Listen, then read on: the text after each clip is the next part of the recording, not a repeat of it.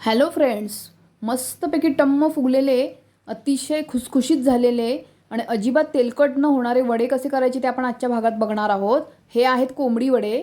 बघा किती सुंदर तेलामध्ये टाकल्यानंतर पटकन वडा असा फुलून येतो.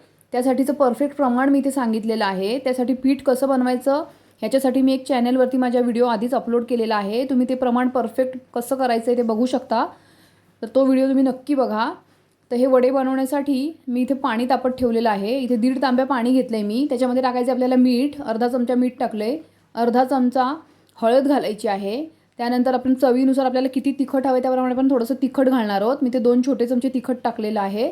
त्यानंतर पाव चमचा आपल्याला सोडा टाकायचा आहे आणि गॅस बंद करायचा आहे. तर अशा प्रकारे हे अगदी कडकडीत गरम केलेलं पाणी आहे.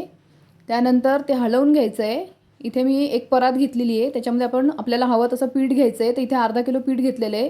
त्याच्यामध्ये असा खड्डा करून घ्यायचा आहे आणि आपण हे गरम पाणी जे करून घेतलेलं आहे, उकळीचं पाणी घ्यायचं आहे आणि त्याच्यामध्ये हे पीठ छान भिजवायचं आहे. तर चमच्याच्या साहाय्याने आपण हे सगळं हलवून घेणार आहोत, जेणेकरून ते गरम असतं, आपला हात भाजेल म्हणून आपण चमच्याचा वापर करायचा आहे. त्यानंतर हे व्यवस्थित पीठ भिजवून घ्यायचं आहे. याच्यात बसेल तेवढं आपण पाणी टाकायचं आहे. थोडं थोडं पाणी टाकत आपण हे पीठ भिजवून घ्यायचं आहे.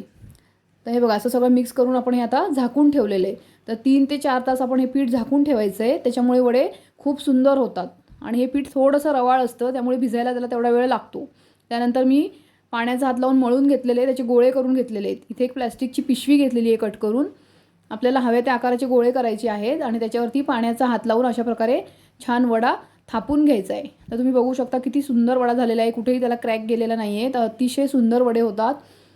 त्याला आपण ते मध्ये होल पाडून घेणार आहोत, जेणेकरून ते छान तळल्यानंतर चारी बाजूने एकसारखे मस्त फुगून येतील.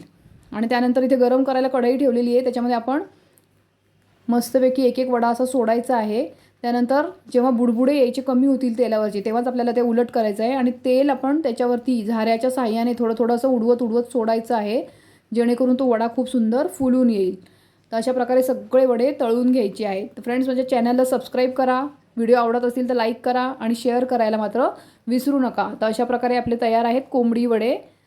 Thanks for watching.